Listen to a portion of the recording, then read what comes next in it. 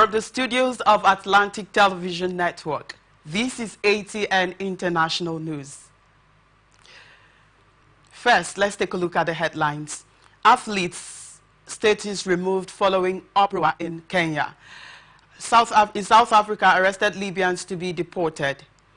In Myanmar Central Bank to ease fuel shortage.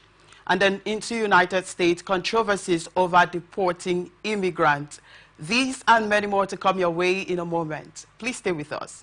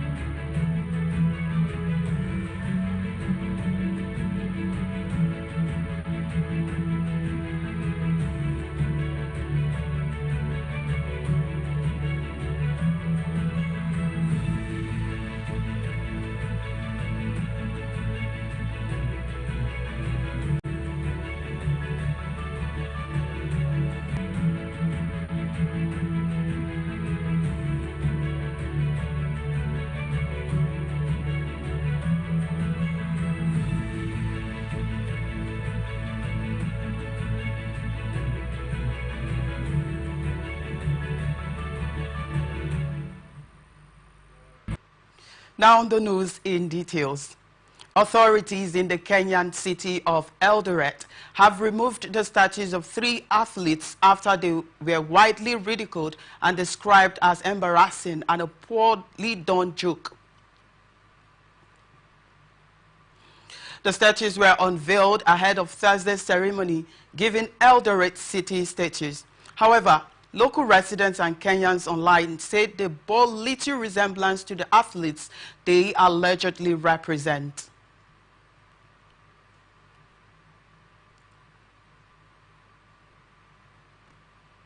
Eldoret is known as the home of champions, as it is at the center of the Rift Valley, where most of Kenya's world-beaten athletes come from.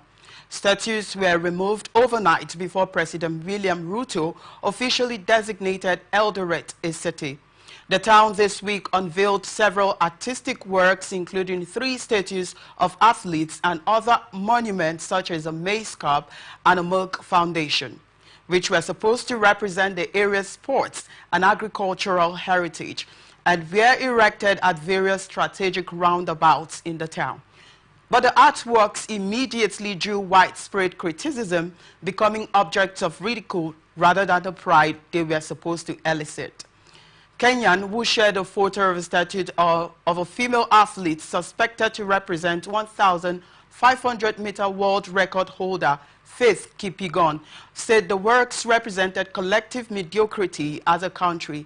On Thursday morning, local media shared images of an empty pedestal where one of the statues had stood. A local reporter told newsmen that county officials removed the 3 statues on Wednesday night, 2 representing female athletes and 1 of a male, taking them to an unknown location.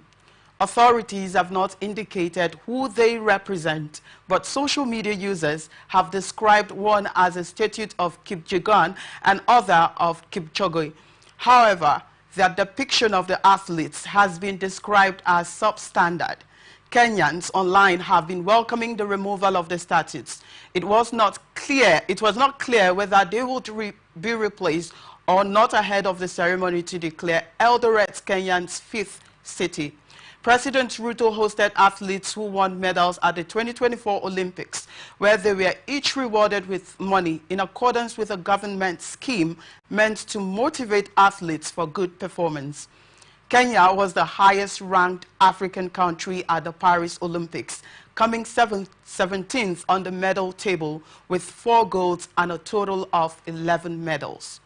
Kipchoge won the 1,500-meter title in a new Olympic record of 3 minutes, 51.29 seconds.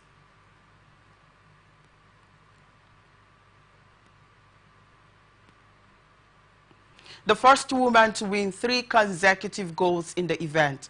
She also took silver in the 5,000 meter. However, Kipchoge did not finish the marathon after a back injury forced him to drop out. And then we're moving to South Africa now. Prosecutors have dropped charges against 95 Libyans who were arrested on suspicion of receiving training at an illegal military campaign.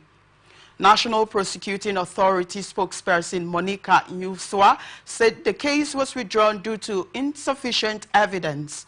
The men have only been charged with breaching South Africa's immigration laws and will be deported to their home country. Home Affairs Department said in a statement that it would ensure the deportations are conducted swiftly. One of the men's lawyers, Nico Du Plessis, told newsmen that the group was happy the charges had been dropped. The group is expected to be deported to Libya's second city, Benghazi. Since the ousting and killing of Libyan leader Muammar Gaddafi in 2011, the country has suffered from chronic insecurity. The state group were arrested in July after South African police raided a farm in a White River, a small town in the northern province of Mpumalanga. At the time of the arrest, a police spokesperson said the group had misrepresented themselves on their visa applications by saying they would be training as security guards. Licensed firearms and military tents were allegedly found at the camp, along with cocaine and cannabis. The camp was initially registered as a training site for a private security company, but it appears to have been converted. A second police spokesman, Donald Nduluhili, was quoted as saying by newsmen that the owner of the security company was a South African national and that the police were investigating if he had permission to run the site as a military-style camp.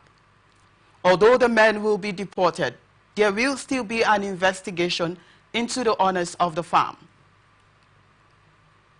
Local kyat currency has plunged against the dollar since the military seized power in 2021, hitting importers' ability to pay for fuel shipments in recent days. Some residents in commercial hub Yangon have begun queuing overnight outside petrol stations in the hope of obtaining fuel for vehicles. Most of the shortage also affects business and hospitals that rely on generators for power during frequent electricity blackouts in the city of some 8 million. Central Bank of Myanmar has arranged to provide $100 million towards the fuel oil sector in the foreign currency market. In a statement on Wednesday, it did not give details on when the funds would be released or what the exchange rates would be for the dollar. The junta's official exchange rate is 2,100 kyats to the dollar, but on the black market, a greenback fetches around 6,500 kyat. Myanmar's economy has tanked since the coup, which sparked huge pro-democracy protests that were crushed by a military crackdown. Last December, the junta launched a crackdown on fuel hoarding, with authorities threatening to jail anyone found with more than 180 liters of petrol without a license. The price of cooking oil, rice and staples has spiked as the kyat plummets. Last month, the central bank injected more than $16 million into the foreign exchange markets with a view to stopping the currency devaluation, state media reported. Inflation was expected to be around 15.5% for the fiscal year to next March, the Asian Development Bank said earlier this year. U.S. says there has been a promising start to the new round of talks in Doha on a ceasefire and hostage release deal in the Gaza Strip, as the number of Palestinians reported killed in the war between Israel and Hamas surpassed 40,000. An agreement is seen as key to stopping the 10-month conflict spiraling into an all-out regional war involving Iran, but expectations of a breakthrough are low. White House spokesman John Kirby said there is a lot of work to do to resolve gaps in the implementation of the framework agreement. However, Hamas has said it will not participate in the indirect negotiations in Doha for now, although mediators are said to be relaying messages to the armed group's official base there. It has also called for a roadmap based on a proposal outlined by the United States President and has accused Israel's Prime Minister for adding new conditions which he has denied. ATN gathered that the country's negotiating team has been given a slightly expanded mandate, while the relatives of hostages still held in Gaza are calling this the last chance to get some of them out alive. Mediators face a number of potential sticking points, including control of land along Gaza's border with Egypt and the return of displaced Palestinian civilians to northern Gaza. Talks were suspended after Hamas political leader and chief negotiator Ismail Haniyeh was assassinated in Tehran at the end of July. Iran has vowed to retaliate against Israel, which has neither confirmed nor denied involvement, raising fears of a wilder escalation. Israeli military launched a campaign in Gaza to destroy Hamas in response to an unprecedented attack on southern Israel on 7th October, during which about 1,200 people were killed and 251 others were taken hostage. Gaza's Hamas-run health ministry said on Thursday that at least 40,005 people had been killed in the territory since then, which the UN human rights chief described as a grim milestone for the world figures, which does not make a distinction between combatants and civilians. It's often disputed by the Israeli government, but is broadly accepted by United Nations agencies. The Israeli military said it had eliminated over 17,000 terrorists. It has also reported that 330 of its troops have been killed since the ground invasion began. Israel's delegation to the Doha talks reportedly include the directors of its Mossad Foreign Intelligence Agency and Shin Bet's Domestic Security Service, David Banaya and Ronen Bar, as well as the Israeli military's hostages Chief Nitzan Alon. CIA Director William Burns joined them, along with Qatari Prime Minister Mohammed bin Abdul Rahman Al Thani and Egyptian intelligence Chief Abbas Kamel Qatari, and Egyptian officials were also mediating with Hamas as part of the process, according to the United States Department. Dozens of Israeli settlers have set fire to houses and cars in a village in the occupied West Bank, with the Palestinian Health Ministry saying at least one person has been killed. Some of them wearing masks, threw rocks and Molotov cocktails as they attacked the village of Jit, near the town of Nablus, on Thursday evening, the Israel Defense Forces said. Palestinian Health Ministry said a local villager in his early 20s was killed and another person critically injured in the chest. Israeli political leaders condemned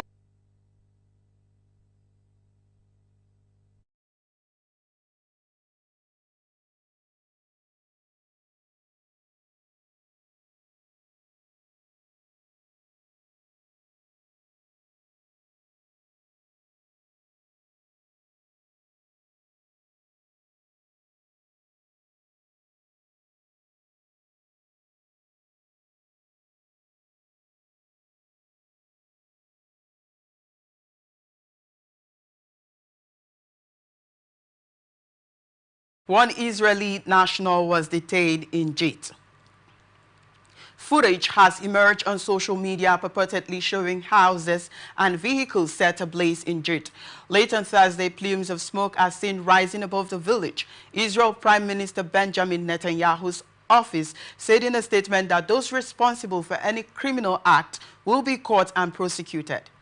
In a statement, the Israel Defense Forces said its forces were deployed in the village within minutes of receiving reports of violence, shooting in the air to disperse the crowds. Attackers were then removed from Jit. Israel Defense Forces added that a joint investigation was launched by its forces. Israel security agency Shin Bet and the Israelite force following the serious incident. U.S. said attacks by settlers were unacceptable and must stop. Palestinians regularly accuse Israeli security forces of allowing groups of violent settlers to attack their villages. International attention has been focused on the ongoing Israel-Hamas war in the Gaza Strip, but the scale of settler violence has prompted the U.S., the EU, and the U.K. to impose sanctions on some settler leaders, and for the first time against entire settler outposts. You're watching the international news on Atlantic Television Network. We will be back after this break. Please do stay tuned.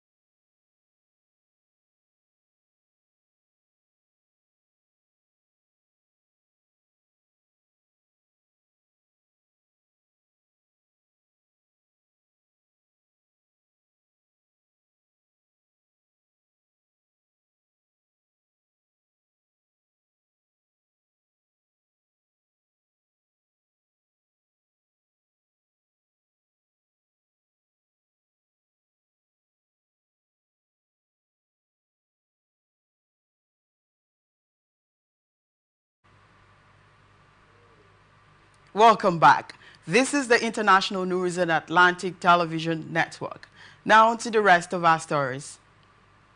Peruvian gang leader suspected in 23 killings in his home country was arrested on Wednesday in New York by U.S. immigration authorities.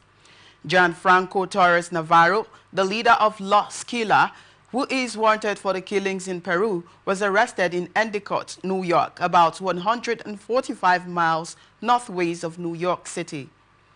U.S. Immigration and Customs Enforcement said this on Thursday.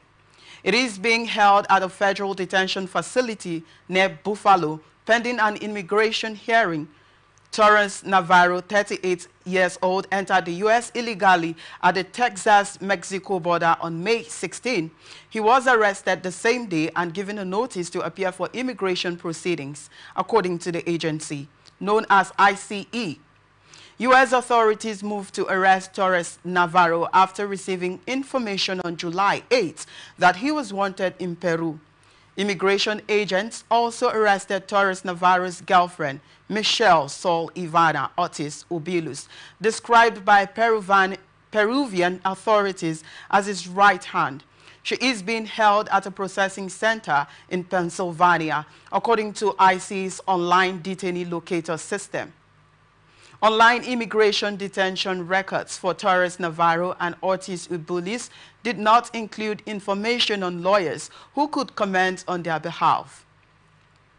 Peru's justice system confirmed to the Associated Press that it ordered the location and international capture of Torres Navarro and his partner Ortiz Ubilus on July the 3rd.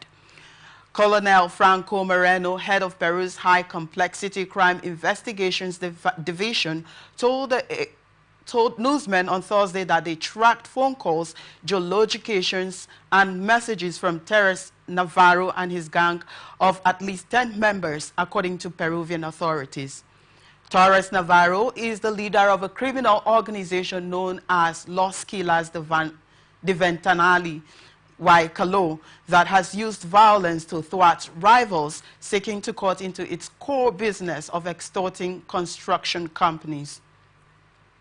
Torres Navarro allegedly fled Peru after the killing of retired police officer Cesar Cuegua Herrera and the shooting of a municipal employee at a restaurant in San Miguel in March, Peruvian report. 6 reported members of Los Quilas formed in 2022 in an area along the Pacific coast where Peru's main port is located. Were arrested in a series of raids in June and accused of homicide, contract killing, and extortion. The National Police of Peru said Torres Navarro was a member of the Los Malditos de Angamos criminal organization. Peru's Public Prosecutor's Office said he is also known as Gianfranco 23, a reference to the number of people he is alleged to have killed. Taylor Swift was joined by best friend Ed Sheeran as she kicked off the final part of the European leg of the Eras tour on Thursday evening at London's Wembley Stadium. Performing a mix of the 2 songs they've made together, Everything Has Changed and Endgame, Swift thanked Sheeran for appearing alongside her to perform to a sellout crowd of 92,000 fans. The concert was her first performance since the cancellation of shows in Vienna last week because of a terror threat. It was also the first time she'd returned to the UK since an attack in Southport last month, in which 3 children were killed at a Swift-themed dance class. ATN understands that Taylor Swift has privately reached out to the families affected by the attacks. She did not reference either events during the show. Gigs in the Austrian capital were cancelled after authorities said they had foiled a terrorist plot, which was planned for one of Swift's sold-out shows at the Ernst Happel Stadium. The 34-year-old, who has not spoken publicly about Vienna, did release a statement after the 3 little girls were killed in Southport. She said she was completely in shock at the loss of life and innocence. Ed Sheeran's appearance during the surprise acoustic session of the evening prompted a huge roar from the 92,000 audience members. The songs featured in the acoustic section towards the end of the show are kept secret from the audience until they are performed. After a mashup of their 2012 hit, Everything Has Changed, the pair then launched into 2017 collaboration, Endgame. Swift then repaid the favor by duetting on Sheeran's mega ballad, Thinking Out Loud. With a runtime of more than 3 hours, there is not much time for rambling ad-libs on the set list, and apart from this, Swift's interactions with the audience stayed unscripted. Swift thanked the crowd throughout, and whilst introducing the folklore and even more era of the evening, she told fans how overwhelming the crowd size felt. She said she would miss performing to these crowds and was experiencing feelings and emotions. She said she doesn't think about what she doesn't think about before talking about it. Fans were told to watch out for her surprise songs, which are often the best way of knowing what headspace she is in. When a fan died of a cardiac arrest following an Eras tour concert in Rio de Janeiro last year, Swift did not directly address the incident at her next show, instead releasing a statement on social media.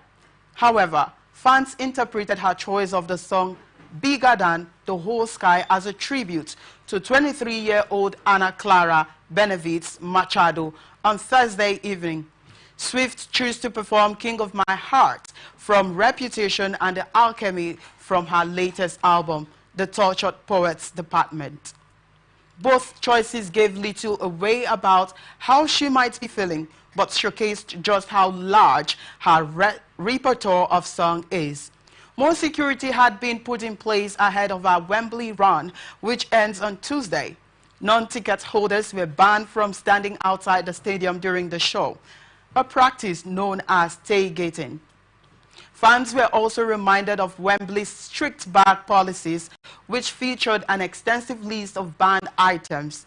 Her shows at Wembley, which also take place on Friday, Saturday, Monday, and Tuesday evening, will help her set a revenue record.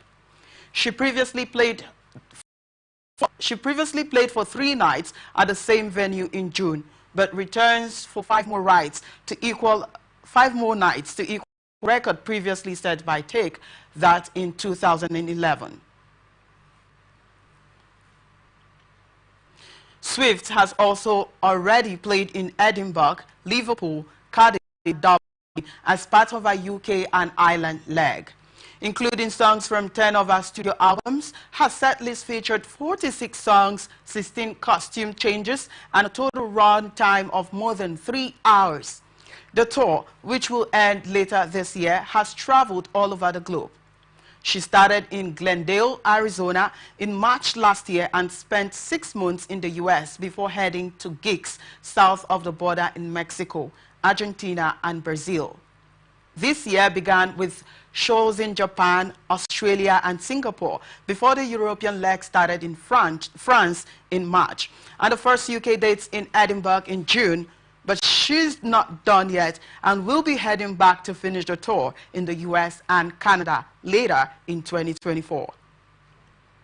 Hurricane Ernesto is heading for Bermuda, having crossed Puerto Rico, where it's left more than homes and businesses without power. With wind gusts of 100 meters per hour, Ernesto has now strengthened to a Category 2 hurricane. The U.S. National Hurricane Center says in its latest bulletin at 3 o'clock GMT on Friday, it warns that Ernesto could be near major hurricane strength on Friday and is expected to pass near or over Bermuda on Saturday. A dangerous storm surge with large and destructive waves and significant coastal flooding are expected. The National Hurricane Center odds Bermuda is a British territory made up of 181 islands in the Atlantic Ocean. Forecasters have previously warned of the role of climate change in making storms like this one more intense. Puerto Rico's main power supply, Luma Energy, was reporting that some 410,000 customers did not have access to electricity by around midday Thursday. According to report, Juan Saka, Luma's president and chief executive, said more than 1,500 employees were working in the field to re-establish service and switch the electricity back on. Puerto Rico's power grid has been wiped out before by hurricanes in 2022. When Hurricane Fiona hit the island, around 80% of homes and businesses were cut off for almost a month. Ernesto is the 5th named Atlantic storm to occur this season. Hurricane Beryl was the earliest Category 5 storm on record in the Atlantic when it swept through the Caribbean and the Texas Gulf Coast last month, killing dozens of people and leaving millions without electricity. Earlier this year, U.S. weather agency NOAA warned that North could get as many as 7 major hurricanes of Category 3 strength of over this year, which would be more than double the usual number. There is no evidence climate change is producing more hurricanes. It is making the most powerful ones more likely and bringing heavier rainfall. In a 45 minutes long prepared speech at his Bedminster Golf Club in New Jersey, Trump's remarks appeared designed to signal a shift away from the usual personal attacks on his opponent. Reading off a piece of paper, itself something of departure from its normally freewheeling style. This was instead an attempt to focus on policy and the ground coffee beans remained in short throughout. In detail too, the president listed a barrage of what he said were price increases under the current administration. Flour up to 38%, he said. Eggs 46%. Sure, he questioned whether Kamala Harris loves her country, impugned her intelligence and accused her of being a communist multiple times. But compared to what has come before, this was far less heavy on the insults, and it will have been music to the ears of at least some senior Republican figures. The concerns in Republican circles about Trump's struggle to adjust to the challenge presented by Ms. Harris have been mounting ever since she took over as the presumptive Democrat nominee. Others too have cringed as Trump has over her racial identity or made bizarre claims that she was engaged in deep fake fraud over the size of the crowds at her rallies. He claimed once again that some countries are emptying out their prisons and insane asylums to flood the U.S. with illegal migrants.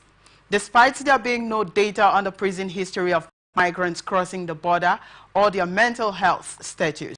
And he repeated, without evidence and contrary to government data, that 100% of new jobs have gone to migrants, while regurgitating false claims about having won the 2020 election. But that's not really the point. Factual or not, this was Trump connecting to voters on the issues that matter. And many do still feel the effects of the high levels of inflation under President Biden.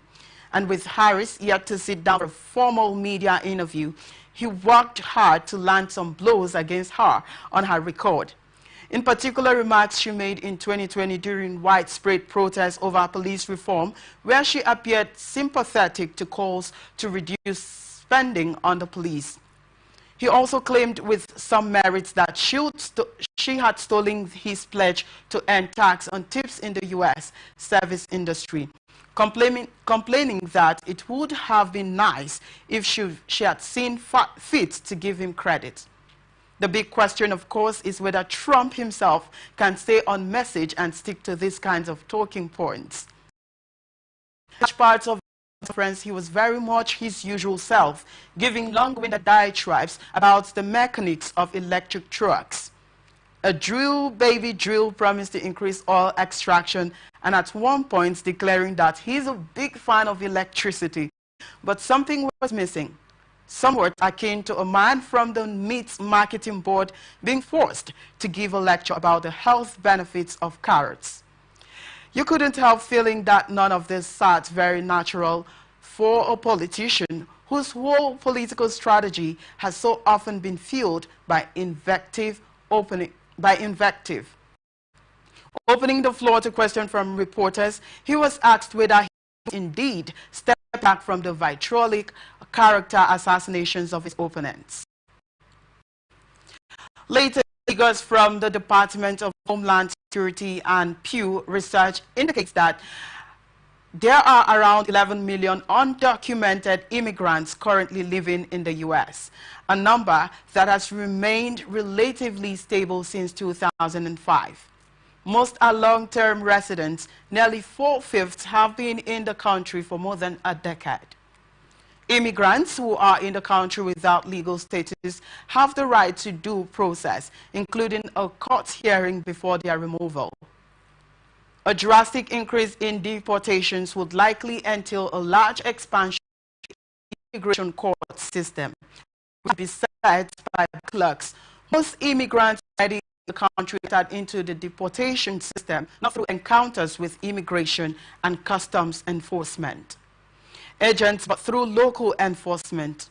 However, many of the country's largest cities and counties have passed laws restricting local police cooperation with ICE. The Trump campaign has pledged to take action against these cities, but America's patchwork of local, state, and federal laws further complicates the picture. Kathleen Bush Joseph, a policy analyst at the Washington-based Migration Policy Institute, or MPI, said that cooperation between ICE local officials would be a critical aspect of any mass deportation program. As an example, Ms. Bush Joseph pointed to an early August declaration from the sheriff's offices of Florida's Broward and Palm Beach counties, in which they said they would not deploy deputies to help any mass deportation plan. Any mass deportation program is also likely to be most immediately met with a flurry of legal challenges from immigration and human rights activists. A 2022 Supreme Court ruling, however, means that courts cannot issue injunctions on immigration enforcement policies. Meanwhile, they would continue even as the challenges work their way through the legal system. It has promised the mass deportation of people who do not have legal permission to be in the United States, while his campaign has given various answers as to how many could be removed. His vice presidential nominee, Vance, gave one figure during an interview to newsmen this week.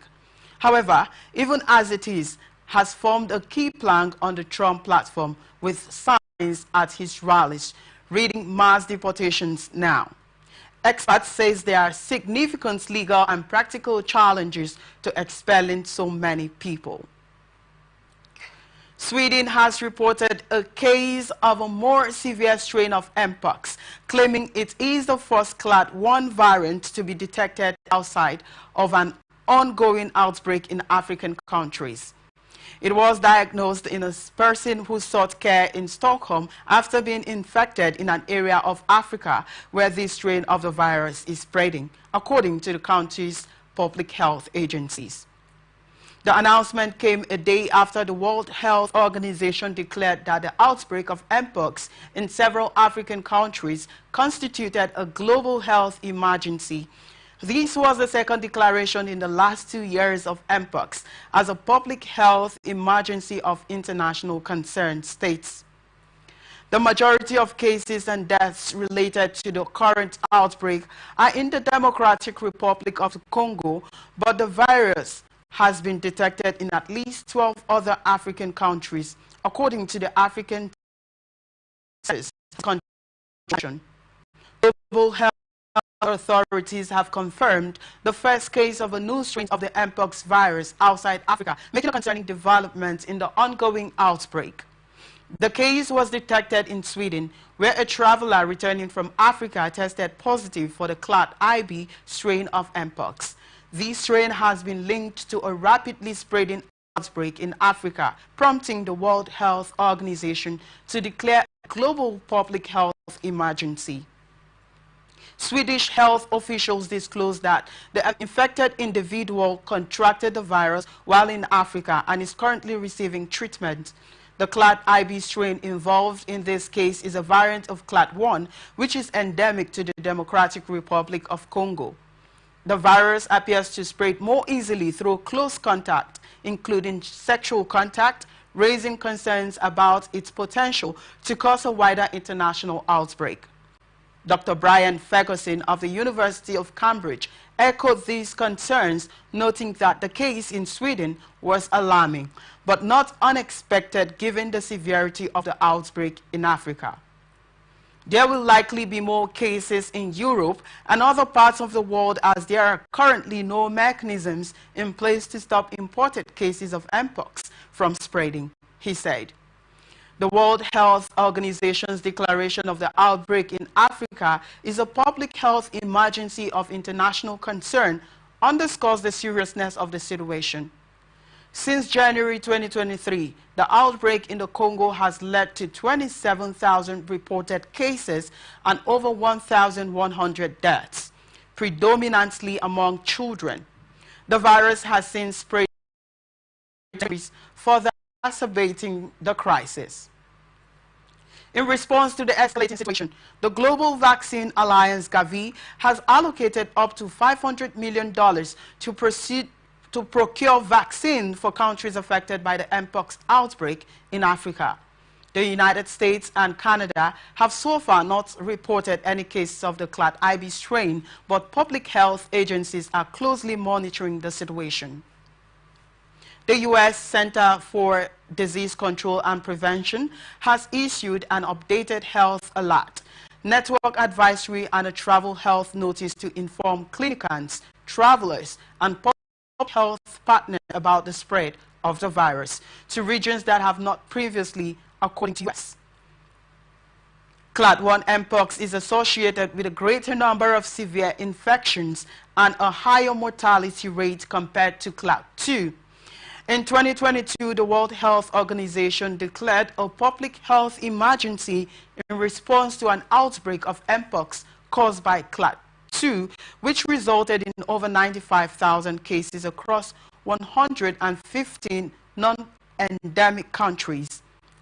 As global health officials the outbreak, the confirmation of the first Mpox case in Europe underscores the urgent need for coordinated international efforts to prevent further spread of the virus. 4 suspects have been arrested in connection with a knife attack on the father of Spanish sensation Lamine. The Catalan police office told newsmen on Thursday. The 7-year-old Barcelona star was hospitalized and in serious condition on Wednesday after suffering 2 stab wounds, according to Catalan regional police. In a statement on Instagram on Thursday, Nasrallah said he was feeling better and thanked everyone for their messages of support. The attack occurred in a parking lot in the city of Mataró, near Barcelona, where Yamal's father lives, following an argument between Nasrallah and some other men who also live in that neighborhood, according to police. Local police from Mataró broke up the earlier fight, and video from that incident showed Yamal's father wearing a jersey with his son's name on it. Police tell newsmen that the suspects have no prior police record. 3 were arrested late Wednesday, a few hours after the attack, and a 4th was arrested on Thursday. All suspects face a potential charge of assault and are awaiting arraignment due no later than next Monday. The police press office said Yamal, who was a key player in Spain's Euro 2024 victory and is widely considered one of soccer's most promising young players, was seen at Barcelona's training session on Thursday ahead of the team's La Liga opener away at Valencia on Saturday. The teen soccer star was named the tournament's best young player after scoring a spectacular goal in the semi-final against France and then assisting a Nico Williams goal in the team's 2-1 victory over England in the final. Police have launched an investigation on what they have described as a very serious incident at Renmo Barracks in Galway. According to report, Irish state broadcaster said an army chaplain was attacked by a teenager carrying a knife at the entrance of the barracks. The incident reportedly happened on Thursday night. Police are investigating what they have described as a very serious incident at Renmo Barracks in Galway. The Irish state broadcaster said an army chaplain was attacked by a teenager carrying a knife at the entrance to the barracks, and the incident reportedly happened on Thursday night. Renmo Barracks is on Galway City and is home to an infantry battalion, which is on the east side of Galway City and is home to an infantry battalion.